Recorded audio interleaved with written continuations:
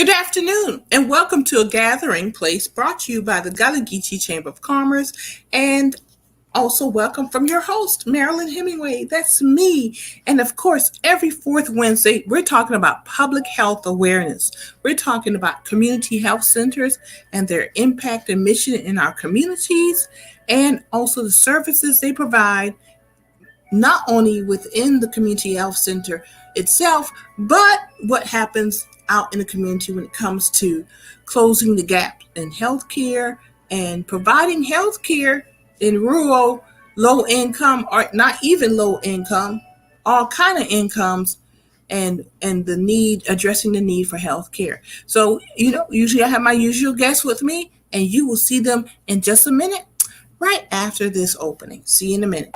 Hello, I'm Marilyn Hemingway, and welcome to A Gathering Place.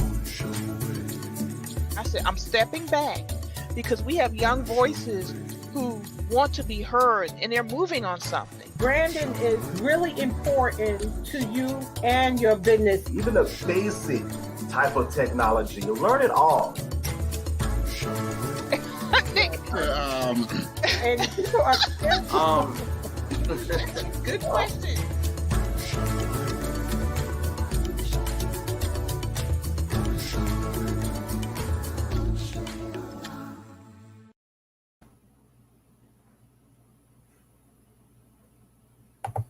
Y'all, I just love my little theme song. It gets you going. And you know you need to move for good health. So that's a good song. So if y'all want to do a little dance while our opening is happening, feel free on our Public Health Awareness Day. So let's just get right to it and bring in our co-host for our public health every fourth Wednesday, Miss Linda Lina. Hi, Linda. Hello. How are you? I'm blessed. How are you all? Doing great. Good. I was doing a little See. exercise into our theme song. I see. Very good. You did it. You did enough for me too. Well, thank you. You're welcome. That is in honor of an event that's coming up in August, but we're going to get Yes. to that later Okay. when we start talking about our health and everything. And we want to bring in our special guest, Miss Natasha Colvin, pharmacist at St. James Health and Wellness. Hi, Hey, Miss Hello. Natasha. How are y'all? We're doing Blessed. good. Thank you very much. Yes, thank you for having me again. I know. And it was so good the last time. You brought us great information about COVID-19. And I can't remember exactly, were we talking about COVID-19 and testing, or were we into the vaccine by that time? We were into the vaccine. Okay, all right, very good. And of course, we always encourage folks to get the vaccine. But Natasha is here today to give us an update on everything that's going on with COVID and the importance of getting a vaccine and just the information we need to know. And we have an expert here because she's a pharmacist, so she understands certain procedures and processes that we might need to have a little knowledge about. So always happy to have Natasha with us. So Natasha, let me just remind everybody before you get started, Natasha, to drop your comments and questions in the comment section, and we will try to get to as many as we can before Natasha has to leave us. All right. So Natasha, are you ready to get started? I am. All right, very good. Let me go ahead and get that PowerPoint, y'all. I'm PowerPoint girl today. All right. So let me go ahead and pull that up. And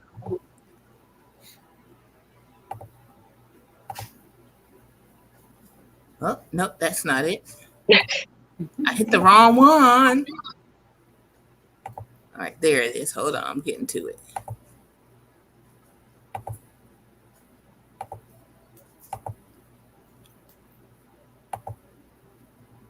There we go. All right, I'm ready when you are. All right, perfect. So as Ms. Hemingway previously mentioned, today I'm just going to give, a quick update on some things that has been going on with the COVID vaccine. Because I think my last presentation was around the end of March. So as we know, a lot has taken place over the last couple of months. So I just wanted to give everybody an update. You can go to the next slide. So this presentation will discuss, I'll just give a general overview over the vaccines. and then discuss some of those serious reported adverse events that you may have been hearing about in the news. Go over the variants. I know you guys have heard a lot about the different variants that are out, the emergency use authorization for our adolescents, and then the, buzz about booster doses. So first we'll just get into the COVID-19 vaccines. You can go 2 slides ahead.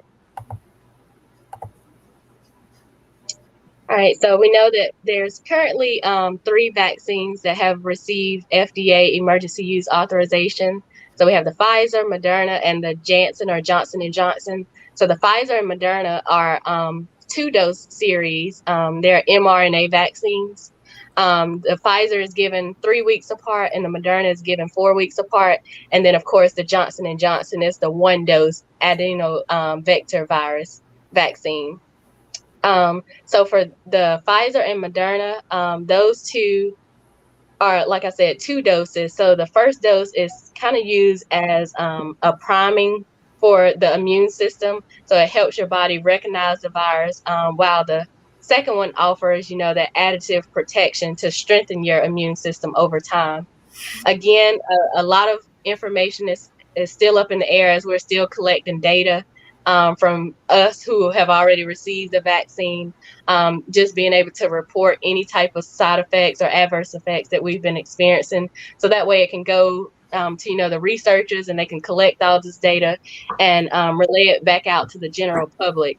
So as of right now, we're not sure of how long this protection will last. Like, we're not sure if this will become something like the flu shot, where we're encouraged to get it every year, or if it's, might be every 2 years, every 3 years. It's still up in the air. But hopefully, as time goes on, we get more and more concrete data. So that way we'll, kind of have a stance on where we're going in the future. These vaccines have been tested in a variety of adult populations. And as we know now, some adolescent populations as well, which has allowed us to get the emergency use authorization for the Pfizer vaccine in those 12 to 15 as well. Also different, ethnicities, backgrounds. So if you have any concern about these vaccines have not been, properly tested, I can assure you that they have gone through rigorous trials for us to get to this point that we are at today. The next slide just briefly discusses what the mRNA vaccines, the Pfizer and Moderna. So these vaccines carry a genetic material that teaches our cells to make a harmless piece of spike protein. And this spike proteins triggers our immune system or our body to make antibodies. So these antibodies would serve as protection to us in the event that we came in contact with the COVID virus. Just want to reassure you that these are not live viruses, so they cannot, give you COVID or anything like that. And I know most people have said that, with like flu shots or any other vaccinations in the past. And typically those side effects that you experience after receiving a vaccine is not you getting that particular disease or infection. It's more so of your body initiating that immune response. This technology is not something new. It has been used for creation of like influenza or annual flu shots, Zika, rabies, cancer studies, cytomegalovirus, and all other sorts. So this is not new information. Like, we didn't start from scratch. We have like years of data. We just, we're able to kind of speed up this process just based on other data that we previously had. And then on the next slide, it discusses the Johnson & Johnson vaccine. So this is the adenovirus vector vaccine. So this uses a slightly different approach, but it's similar. So it, has the spike protein, the harmless piece of spike protein from an adenovirus, which is generally seen in common colds. So it's engineered, like I said, to create that spike protein to trigger the immune response so that your body can build those antibodies in the event that it came in contact with the virus itself. And again, this has been studied with the Ebola vaccine. So again, it's not something that's new. And then on the next slide, like I was Natalie, can you hear me? Hello? Yes.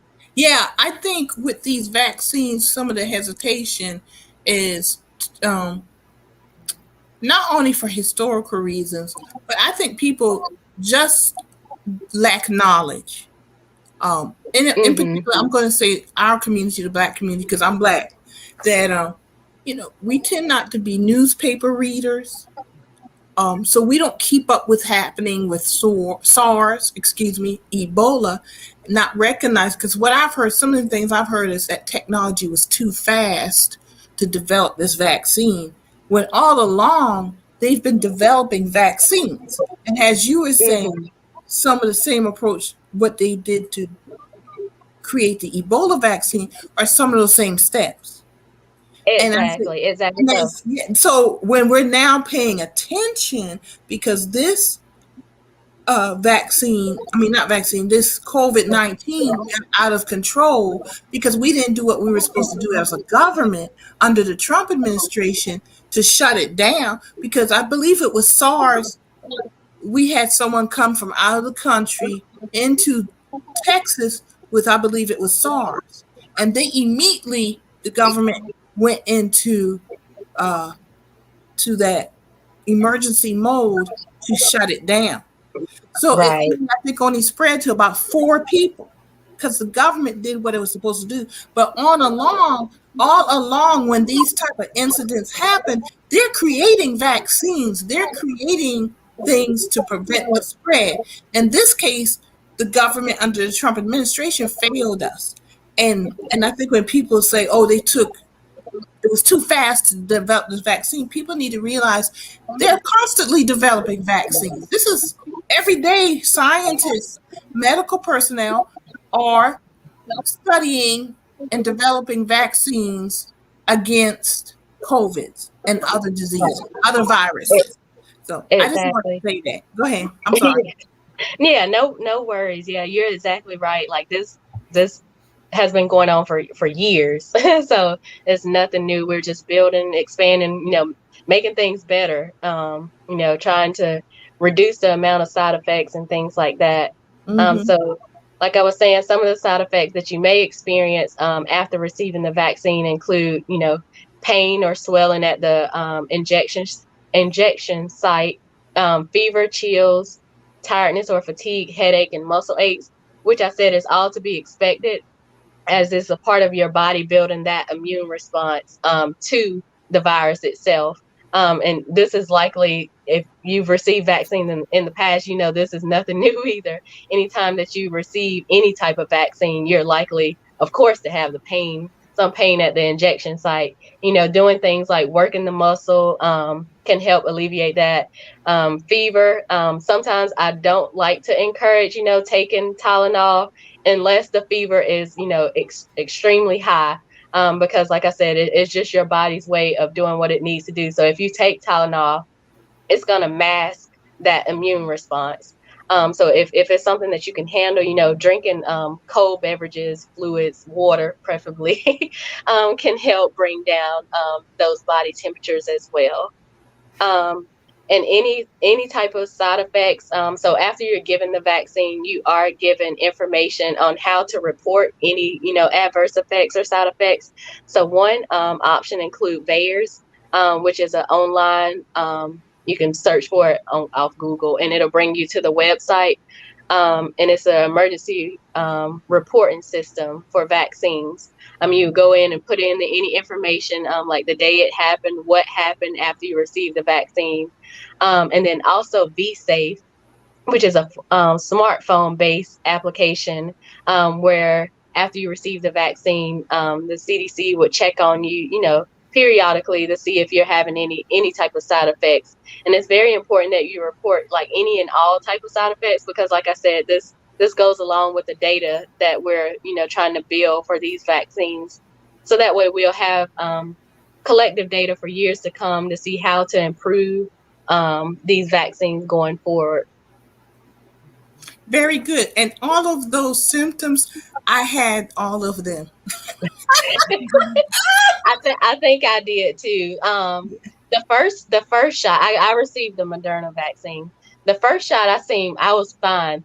the second one took me for a loop. Like I just had to lay down for the rest of the day. Yeah, I had the Pfizer, and the first shot I had the soreness. It really wasn't that bad, and I shook my arm out like I did earlier because they told me, said, shake it, just kind of work your arm a little bit. And of course, I went right back to work and forgot to work my arm. So when I went to bed, I was stiff, and all I did was this. And I woke up the next morning, I was good, Right. But that second shot, woo, that second shot, I'm like at work telling people, look, y'all, I just need 5 hours of solid sleep. It was like someone turned on a light switch and all these side effects happened. Yeah. But after about 2.5 days, it was like somebody took that same light switch and turned it off. And it just went away. And I was tired. It was kind of like I had a very, very mild case of the flu.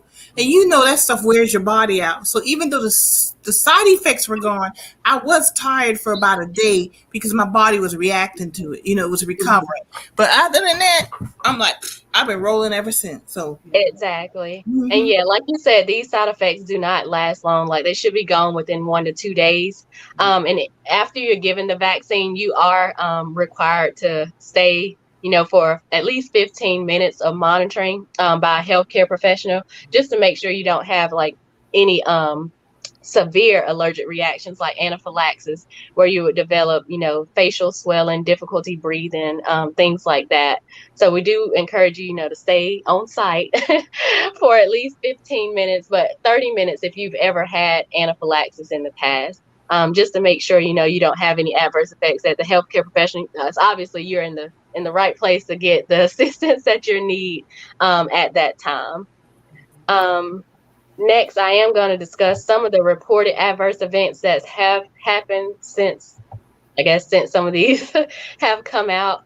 So the first one is cases of cerebral venous sinus thrombosis, or CVST, with thrombocytopenia after receipt of the J&J vaccine. So thrombosis is a blood clot. So this is essentially a blood clot within large vessels draining blood from the brain. So just as like a clinical definition, so any blood clot that travels to the brain, we classify that as a stroke. And then thrombocytopenia is defined as low platelet counts. And platelets are what are responsible for assisting our body with causing clot formation. So whenever you kind of think about this, you're like, that doesn't even make sense. Because like, how would you have thrombosis, which is a clot, and then thrombocytopenia, which is low platelets, which if you have low platelets, you can't clot. So it is a rare phenomenon that they have seen and discovered after receipt of the Johnson & Johnson vaccine. It's mostly been seen in women from 20 to 50 years old. So they consider that women of childbearing age. Risk factors here include pregnancy.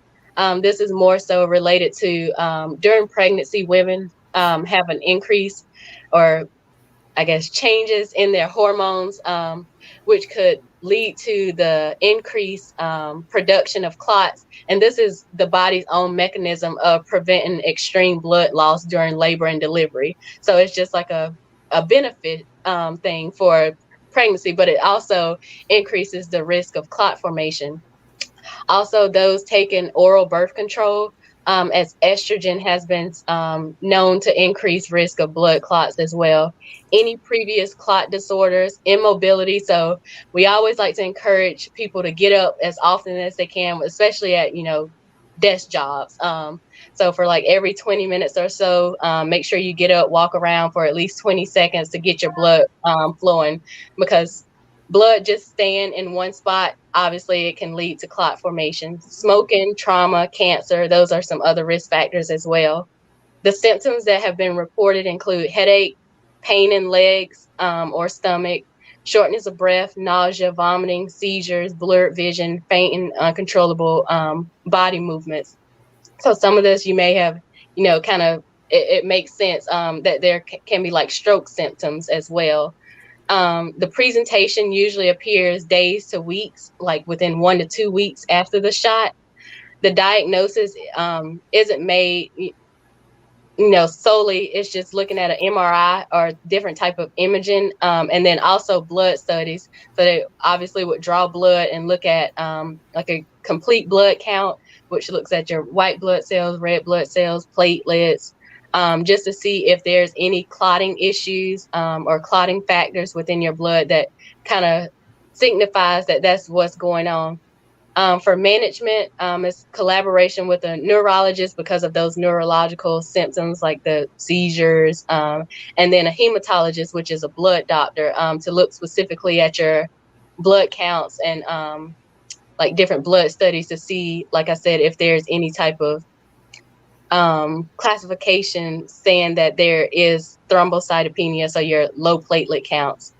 The treatment is I guess the short name is IVIG. So that's the intravenous immunoglobulin, which is actually like a compact thing of antibodies. So it's a way to help your body fight off this illness and then, reboot your low platelet count. So it's usually 1 gram per kilogram given daily for 2 days. And it's usually done after a recommended PF4 antibody testing.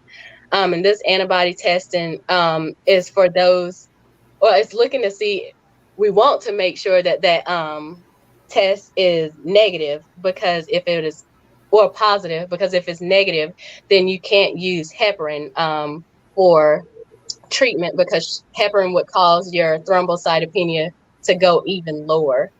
So that's just management that would be done in the hospital. Like that's something the general public probably don't know, but if you just want to know on the back end what happens if someone was classified as having the CVST.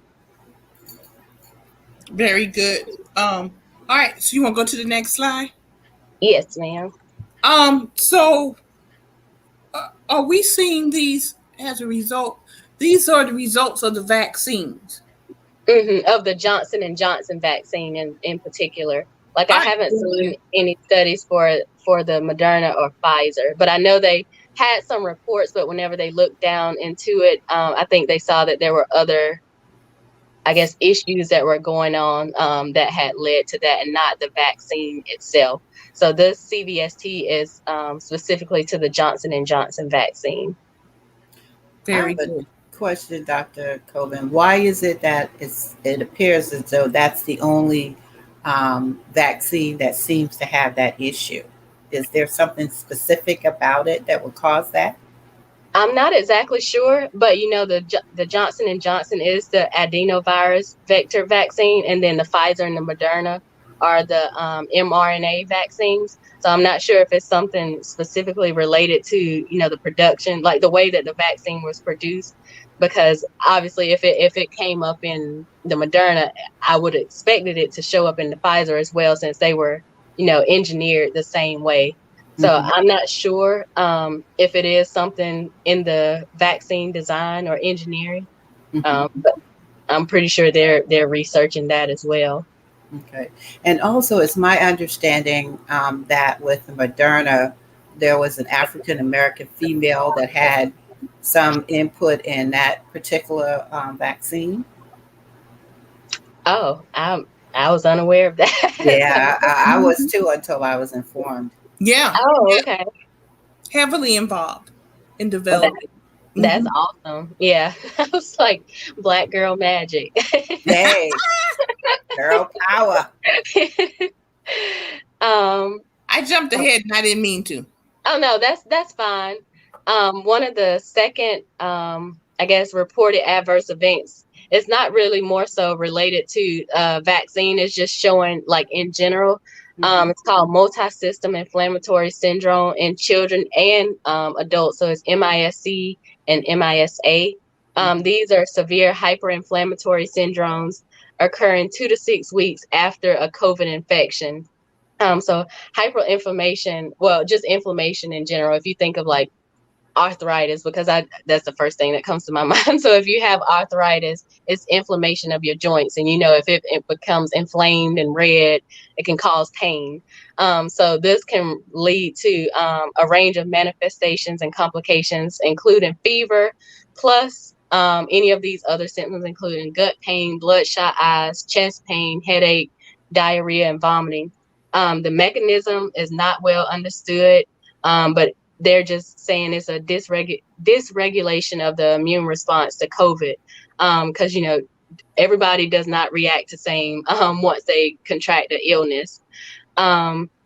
Children with MIS-C have high antibody titers to the COVID virus. However, it's unknown if this correlates with protection against reinfection or for how long the protection lasts.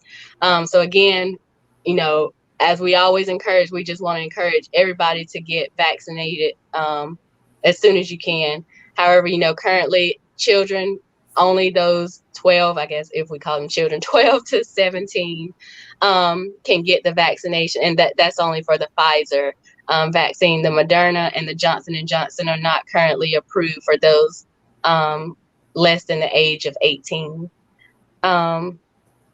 Let's see. I think on the next slide, like I was saying, those with MIS-C or MIS-A may choose to be vaccinated. However, there's some considerations which include clinical recovery from MIS-C or MIS-A, including return to normal cardiac function, personal risk of severe acute COVID, just knowing that if you get COVID, it could lead to this hyperinflammatory reaction, because some people have been diagnosed with this MIS-C or MIS-A in the past. And then just knowing that if you get the illness, that it could lead to this. So just being aware and cautious. Obviously, I know there was, talk whenever COVID first came out about reinfection. Most people thought, it was like a one and done, like you couldn't catch COVID more than once. But we know that that's a myth now, because I know people personally that have gotten COVID twice. So wow. It is something that you do have to be aware of and take into consideration that you can have reinfection. And then on the next slide, it does suggest that the current evidence suggests that the risk of COVID reinfection is low in the months after initial infection, but it may increase with time due to waning immunity. Thus, people with a history of MIS-C or MIS-A should consider delaying vaccination until they have obviously recovered. So once they're out of, quarantine period and things like that, and for 90 days after the date of diagnosis, recognizing that the risk of reinfection and, therefore the benefit from vaccination might increase the time following the initial infection. So again, just always encouraging people to get vaccinated, because, it can be the difference between, feeling okay and feeling horrible, especially if it's, like I said, if you've had a diagnosis of MIS-C or MIS-A in the past. And then next is talking about myocarditis or pericarditis after the mRNA vaccine. So that's the Pfizer and Moderna vaccine. So myocarditis is inflammation of the myocardium, which is the heart muscle. And pericarditis is inflammation of the pericardium, which is the lining around the heart. And myopericarditis is when both myocarditis and pericarditis are present at the same time. So like I said, this has been seen in the mRNA vaccines.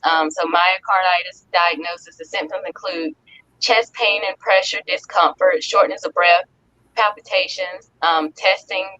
You could have abnormal biopsies, elevated troponin, and MRI findings. So whenever they do any type of imaging scannings, they would see something on that on those imaging systems. And then there often is no other identified cause. And then for pericarditis, they usually have at least two of the following symptoms. So either chest pain or pericardial rub, audible by stethoscope. So that's just listening to, like some irregularities with the heart, abnormal ECG findings. So again, where it says new ST elevation, those are things that show up whenever someone is having like a heart attack, because the I guess, scientific or medical name for a heart attack. We call it like a STEMI or NSTEMI. So it's a myocardial infarction. Here. And then on the next slide, this has most commonly been seen in our male patients less than 30 years old within a few days after the second dose.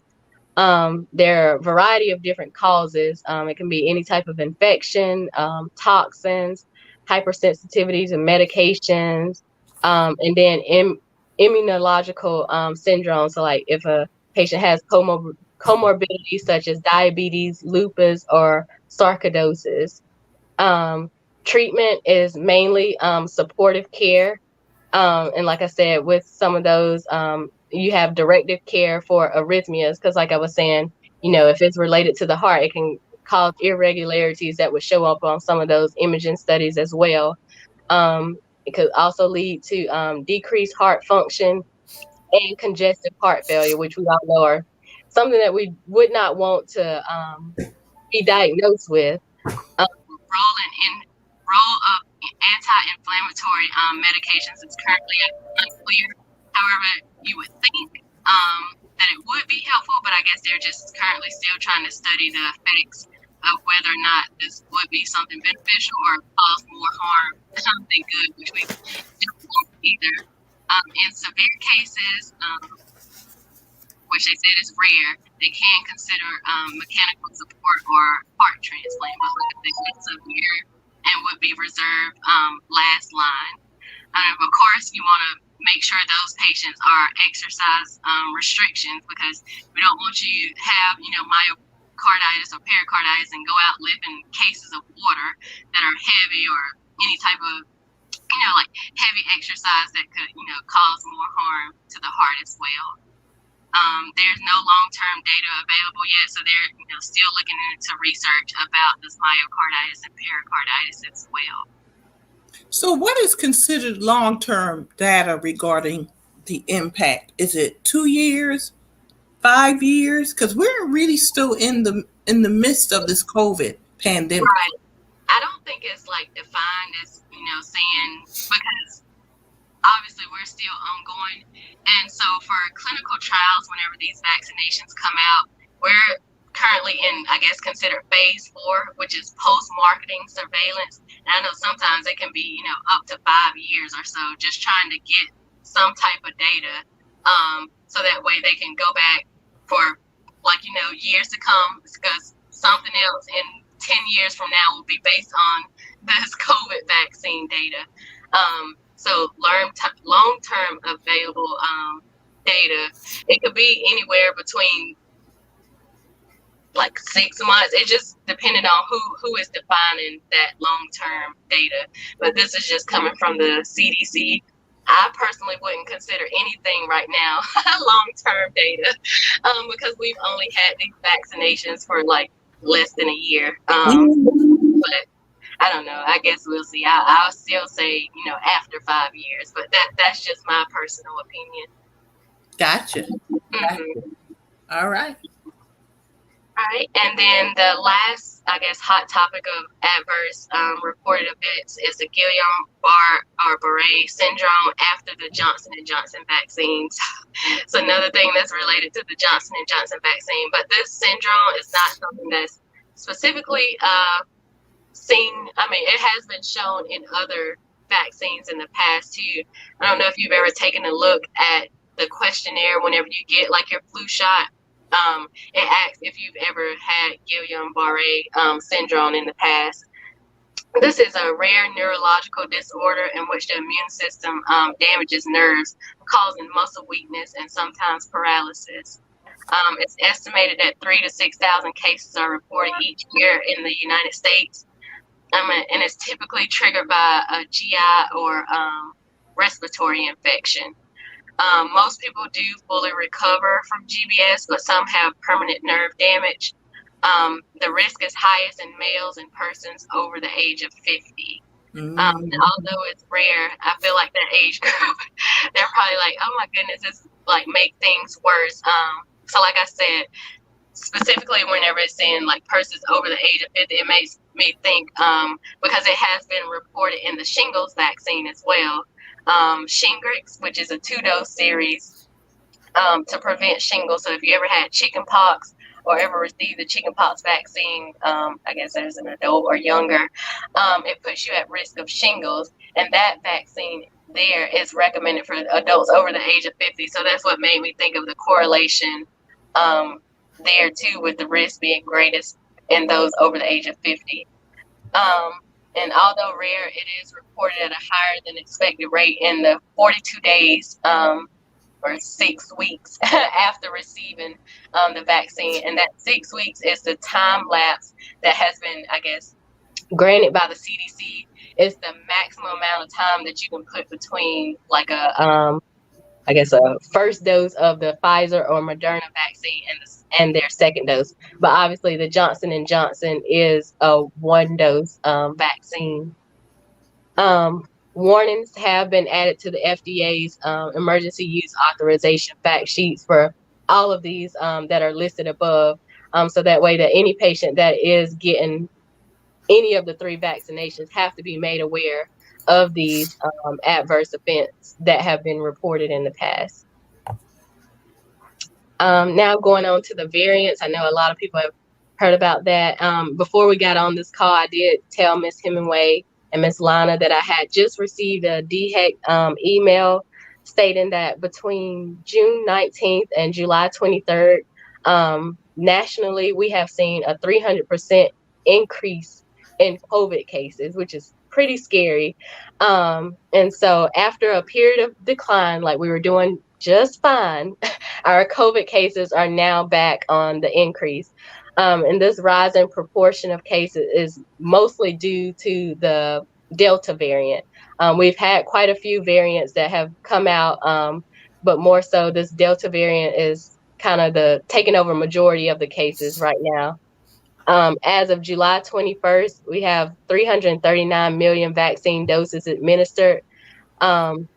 Fully vaccinated is more than 161 million people, 57% of the population over the age of 12.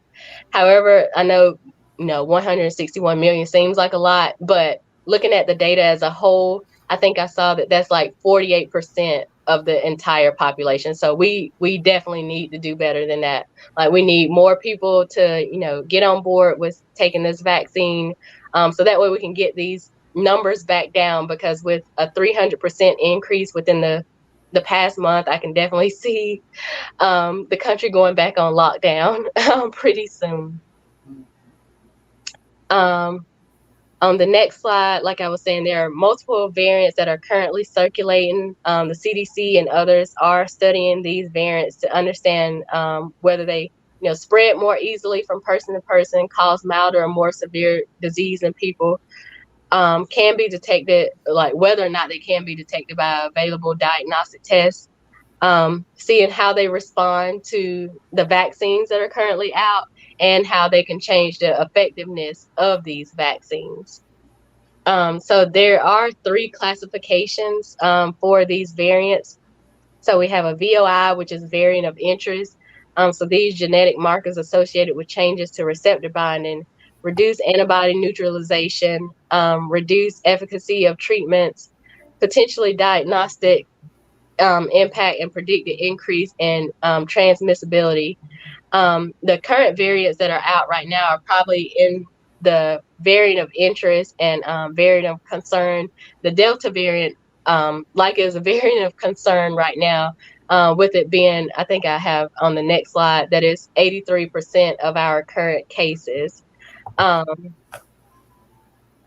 Let's see. So we currently have the Alpha, Beta, Delta, and the Gamma variants circulating in the United States. And we know these have been, I guess, transmitted over from other countries just because travel, people have been going out and about and coming back. And then we have it here in the United States now. So like I said, the Delta variant now accounts for more than 83% of our new cases. I do want to highlight 97% of the people hospitalized with COVID right now from the Delta variant are unvaccinated. So that's why I do want to highly encourage vaccination. I mean, I know some people just don't want to, but it's just a risk that you're taking by not being vaccinated, especially with these numbers creeping up day by day. Our current COVID test can't, specifically say, oh, you have the Delta variant. It's just a solid, positive for COVID. However, there are testings called the polymerase chain reaction or PCR testing that can look at the different genetic variations to determine the strains, but it typically takes a few days to get these results. Data so far suggests that the efficacy is more than 67% for the Johnson & Johnson vaccine, 72 to 95% for the Moderna vaccine, and 64 to 96% for the Pfizer vaccine. And these ranges for the Moderna and the Pfizer are likely due to these are 2 doses vaccine. So if a patient gets just 1 dose of the Moderna or 1 dose of the Pfizer, then they would likely be on that lower end, so the 72 and the 64%. So that kind of explains the range that is given there. And then next, the emergency use authorization for adolescents. So on May 10th, the FDA did issue the EUA for the Pfizer, like I said, to be used in children 12 to 15 years of age. Because before this authorization, the Pfizer could be used in those 16 and above, but the Moderna and the J&J, like I said, are for those 18 and older. The COVID-19 and other vaccines may be administered without regard to timing. So that means that children can get the COVID vaccine and any other, school-related vaccines at the same time, as well as co-administration within 14 days. So I know school will be starting back soon, so there's no worries about whether or not they have to, make multiple trips to the doctor to be, up to date on their health records. Very good. Mm-hmm. And then lastly, booster doses. I know there are a lot of people and talk in the news about booster doses. I've actually seen some reports on the news about just people just going out, especially those that have received the Johnson & Johnson vaccine, going to receive like the 1 dose of Pfizer or 1 dose of Moderna because of this new Delta variant. However, the CDC still recommends against mixing different vaccines just because the data is not available yet. And we don't know, what it would cause. So it's just taking a risk. However, a majority of Americans received at least 1 dose of one of the COVID vaccines. Additional research and planning is required to know, whether or not booster doses will be needed in the future. I've seen some people say, that it is more than likely that we will have these booster doses, but we're just not sure how frequently we would have to receive these.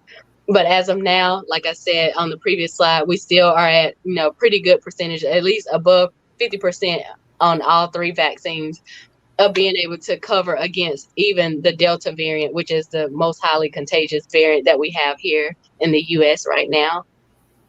So, Natalie, the booster dose is a continuation of the first round, if it happens. Right. It's going to happen. That would be a continuation of the first round of vaccines, rather than like every year we get a flu shot. We're encouraged to get a flu shot. Right. But the flu changes, but the booster dose is kind of like a continuation of the first round. Is that the way to look at it? Yes, because it would be similar to whenever you receive your tetanus shot. So usually you would get a tetanus shot first, and then every 10 years you get a Tdap booster. Like you said, it adds on, so it won't be like a full. So each year for the flu shot, we get like, I guess you could say like a whole flu shot. So the booster would be like partial vaccine to like boost your immunity, because like for the Moderna and the Pfizer vaccine, the second shot anyway is probably considered somewhat like a booster in itself as well. Okay. So just keeping that immune system active and, ready to produce those antibodies in the event that we, hopefully not, but in the event that we do come in contact with COVID. I just want to encourage everyone. I know like mask mandates have been lifted now, but I've seen some talk about, that possibly coming back. And they recommended it even indoors and, trying to discourage, large gatherings where you can't be 6 feet apart from someone else. So just make sure you take all of those proper precautions with, washing your hands, sanitizing as much as you can, not touching your, mouth, nose, and stuff like that, where you can, spread germs and things like that. Well, you heard it here, folks, by a trained medical professional, Natasha Colvin. She's a clinical pharmacist. She's given us some very good information today. And if you have any questions, now's the time. Drop them in our comment section, and we'll try to answer those questions.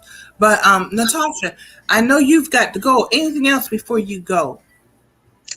I just want to get this under control. Like, I was happy that we got the numbers down so low, and now I'm just like disappointed and discouraged that the numbers are going back up again. So if anything, any questions that someone has or any hesitation, we just want to try to get this under control so we can somewhat get back to our regular lives again.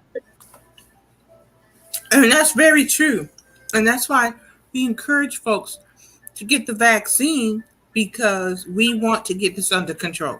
Mm-hmm. Mm-hmm. And honestly, I have to admit that I'm getting impatient with those who just get the vaccine. I understand people have reasons, but I also think with more knowledge, you will make good decisions. And hopefully that good decision is, let's go get the vaccine so we can help everybody. Mm-hmm. Very good. Yeah. Linda, do you have any questions? What I would like to say is to thank you, Ms. Dr. Colvin, for all the wonderful information you gave to us, and to remind our audience that they do need to protect themselves and get the COVID-19 vaccine. And St. James Health and Wellness is offering COVID-19 vaccines. Our top priority is to save lives and support this effort within our community. So we do have locations because the vaccines are given by appointment only, that you can call to schedule an appointment. And I'm going to give you that information now so you'll have it. And the first individuals that you can reach out to is Brenda Perkins, and her telephone number is 843-344-3607. Then we have Miss Jerry Davis, and her telephone number is 843-359-4238. And then we also have Miss Anna Watts, and the office number for her is 843-262680.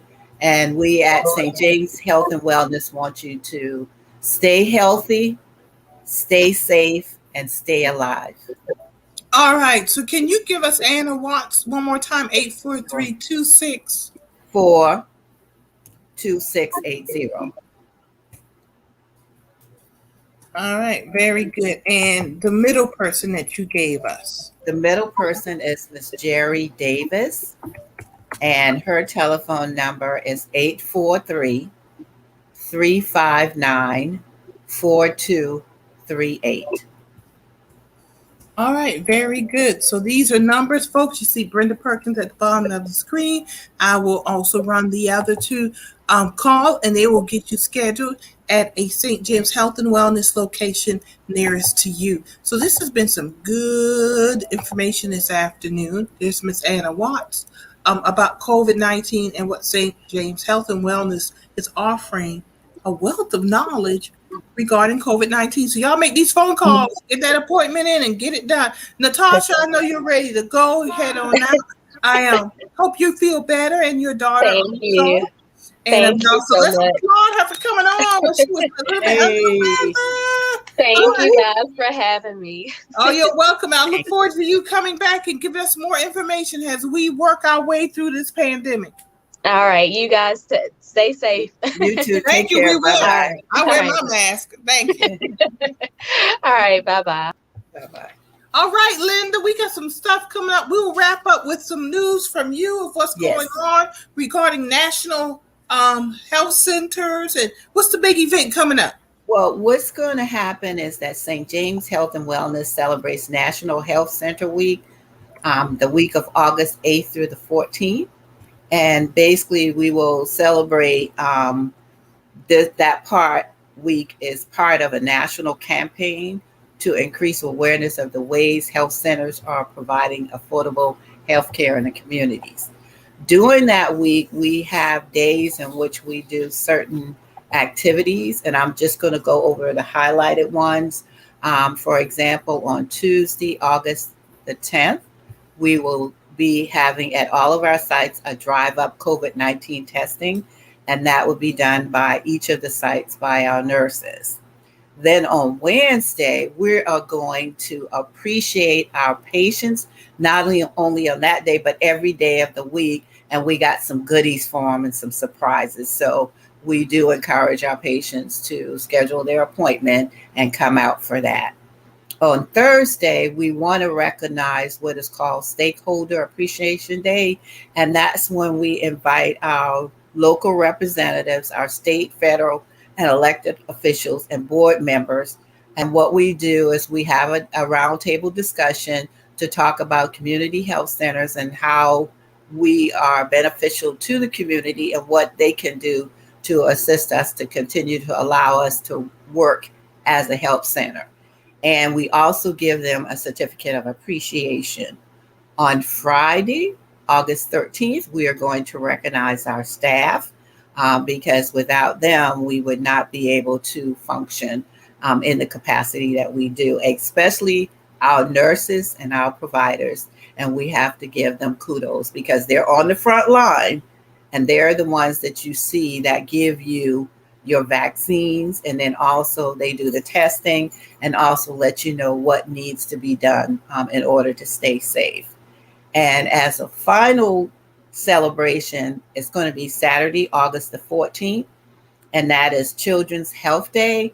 And we are going to have a health fair at our Andrews Annex, and that is at 411 East Main Street. And we will be having school supplies giveaway. We will also provide food for persons that come out as far as hamburgers and hot dogs. And also we will have some state and local federal elected officials, and board members at that meeting as well. And we will also have healthy and fun activities along with school supplies. And one of the main features that I'm really excited about, we will have the Spirit-filled Ambassador for Christ Ministry Children's Youth Choir, and they will be providing us with some very, very outstanding singing. So please make sure you come out, and it's free. And we will be having a lot of other items that you can possibly be able to pick up and take with you as you leave. I love National Health Center Week because, and I love this year's theme, the chemistry for strong communities. Right. All of the elements that are coming together to make a strong community. Love National Community Health Center Week because this is the time for community health centers to reach out and educate us about their missions and their roles. Right. And also encourage us to become advocates for community health centers. And why should we become advocates? Well, the reason why is the whole purpose of a community health center is to be able to have affordable health care.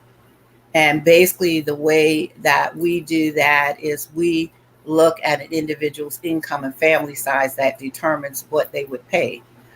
We also, like if an individual has what is called Healthy Connection Checkup, which is a program that was a result of us not doing the Medicaid expansion. And Nikki Haley at the time took the family planning program where an individual can also come out every 2 years and get an exam. So what our CEO, Ms. Sandra Gilliard, and our board of directors, who is hosted by Mr. Charles Johnson, they took that program a step further so that it could be affordable and people could be seen. So if you come and you have that card and you show it, then you will be seen for $10 a visit. And it also includes your in-house lab. So that way, those individuals, which are usually people that are less than 100%, could still come to the doctor, get the care they need so that they can remain healthy. Basically, with us, we're here Monday through Friday. And then also, as I previously mentioned, we also do the COVID testing, and that's at no cost. We also have outreach persons that can assist you in enrolling in Medicaid, Medicare, food stamps. And then also, if you have other issues and concerns, then we are able to direct you to where you would need to go to be able to accomplish the goals of getting those type of situations taken care of. We also have mental health counselors that can come, that you can come to, and they can talk to you. And especially now during COVID-19, when you are having a lot of issues mentally because of what's going on. And as you can see, it's a lot of stuff that's going on in the news. So we definitely need that. The other thing is that there are some programs that you can apply for if you qualify. And one of them is the COVID-19 Funeral Assistance Program. Mm-hmm. And that is under the American Rescue Plan of 2021, and it's through FEMA, and they will provide financial assistance for COVID-19 related funeral expenses that was incurred after January 2020. And basically, you would need to reach out to this particular agency, and they will be able to determine if you qualify. And basically what it is that if you had, as I mentioned, a family member that passed away, or even a friend, and you help to pay some of their funeral expenses or all of it, then they can give you between $9,000 and the maximum is $35,000. But you do have to have a copy of the death certificate that shows that the person did pass away as related to COVID-19. And you also have to have a receipt showing that you made the payments. And I guess, Marilyn, you do have that website with you, or do you need for me to repeat it? The one with the funeral? Yes. I could get it. I did have it before. So Okay. Okay. And that came out of FEMA, right? Yes. It's www.fema.gov.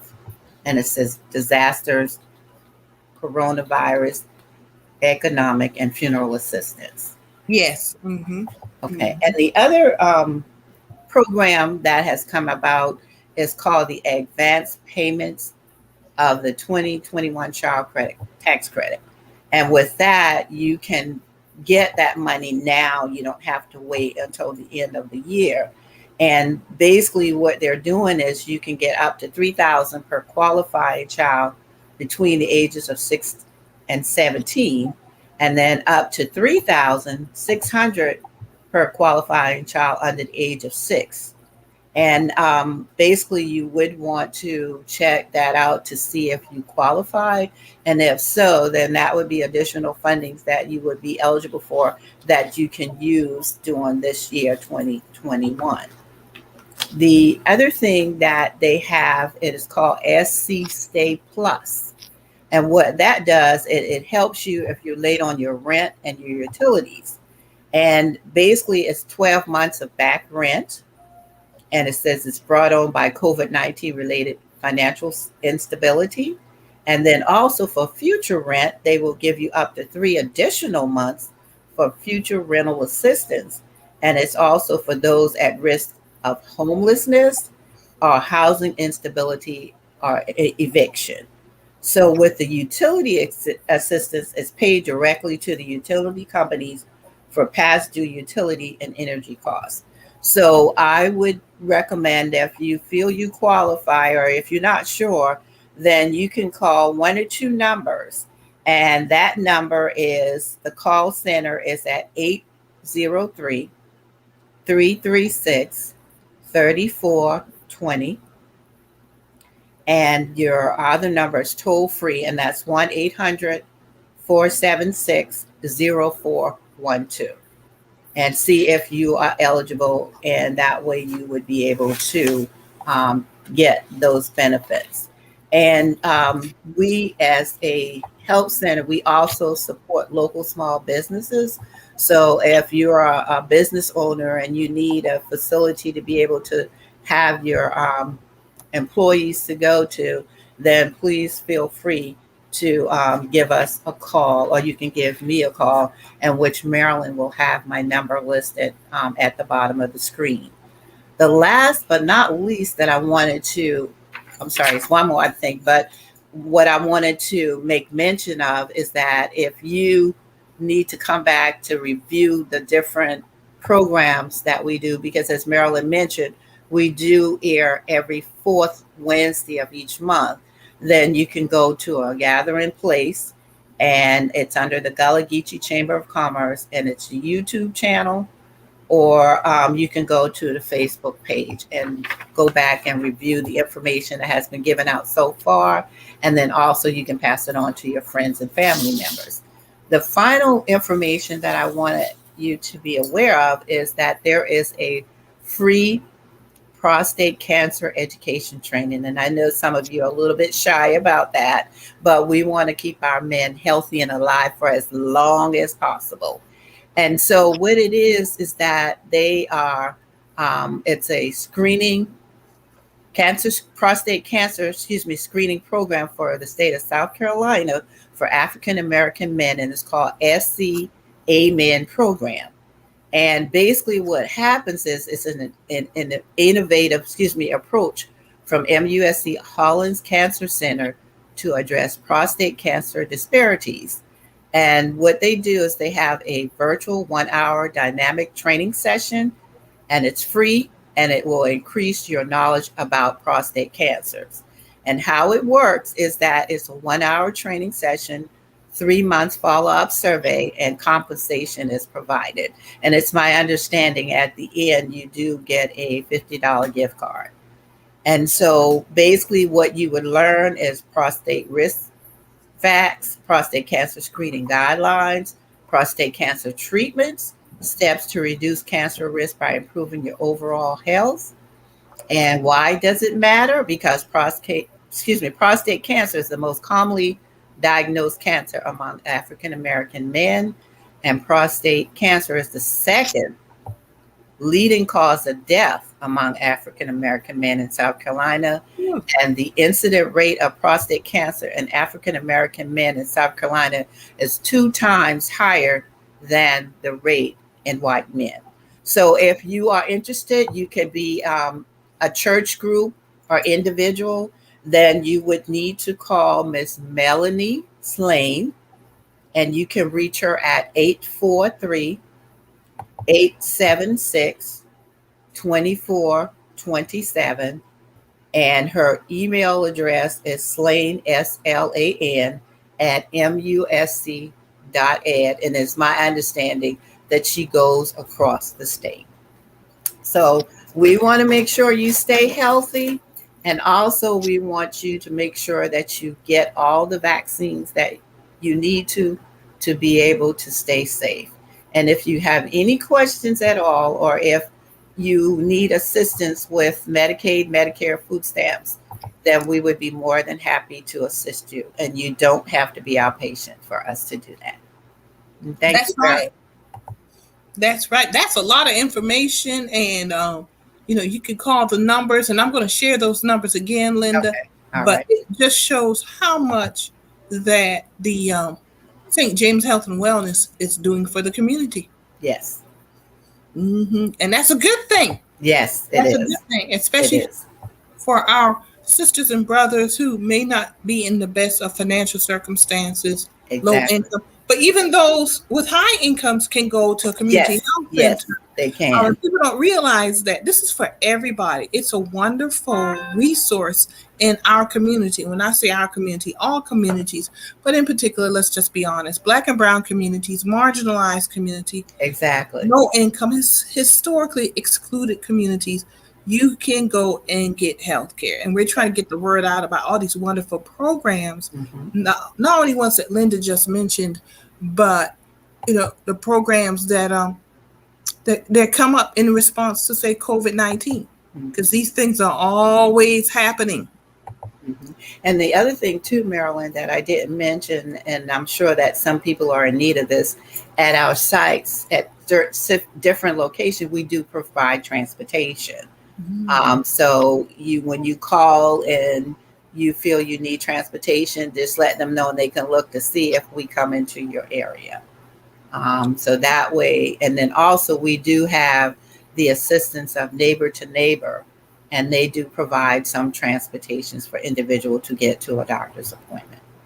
Very good. I got you. I like that. All right. Linda, thank you for the information. You're welcome. For us to wrap up, between you and Natasha, y'all have given us lots of information and happenings to work on. Yes. And take care of our health and everything. Yes. So I am very excited about what you're bringing to the table. And of course, every fourth Wednesday we get together and we talk about what's going on. And so the big event coming up, and please don't forget, everyone, National Health Center Week. Right, especially August the 14th, where we're going to be at the Andrews at Annex in Andrews, South Carolina. And we'll have a lot of goodies to give away. So please come and partake. Very good. Linda, as always, it's good to have you with us. Thank you. I know you got to say goodbye, but if you could hang around just 1 minute Sure. while I close the show, because I have a question for you.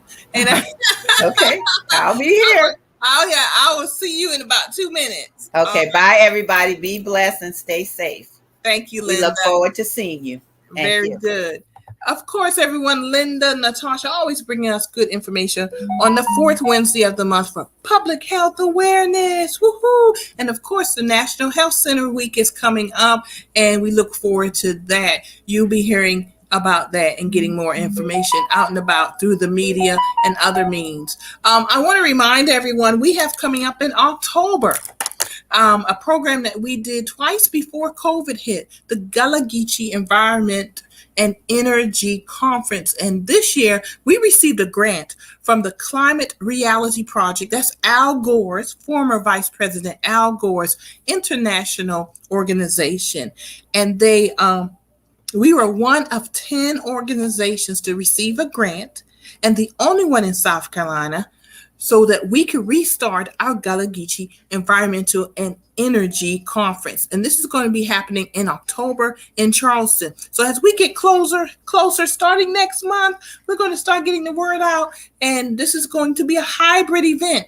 It's going to be virtual and in person, but limited in person because of COVID. And we're going to follow all COVID regulations. And I just wanted to start talking about that. We can bring some special guests on, but this is our environmental and energy conference. We're going to educate you, motivate, and activate you about the environment, the culture, and how it impacts the environment. Because let me tell you, Gullah Geechee, we've always been environmentalists because we were forced to reduce, reuse, and recycle.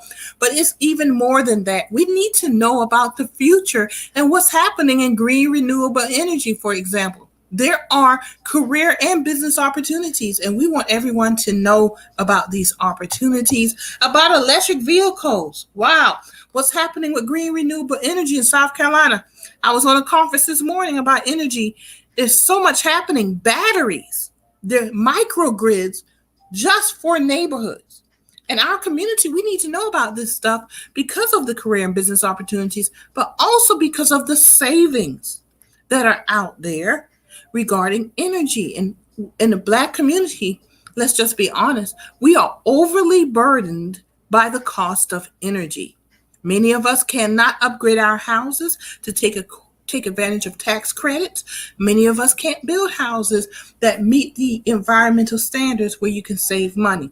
But we want to educate our folks on how you can do that. All right.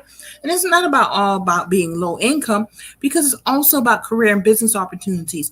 There are lots of things you can do out there and make a good living. And we just want to do this conference to continue educating, motivating, and activating our community so we become advocates for ourselves when it comes to addressing climate change, the environment, and green renewable energy. So stay tuned, folks. is a lot more happening. I want to once again thank you for joining us this afternoon on A Gathering Place, and thanks to Linda and Natasha for giving us good information about public health. I'll see you guys on Sunday at 4 o'clock. And of course, every Wednesday and Sunday at 4, we are here on A Gathering Place. Good night, everyone. Enjoy the rest of your evening.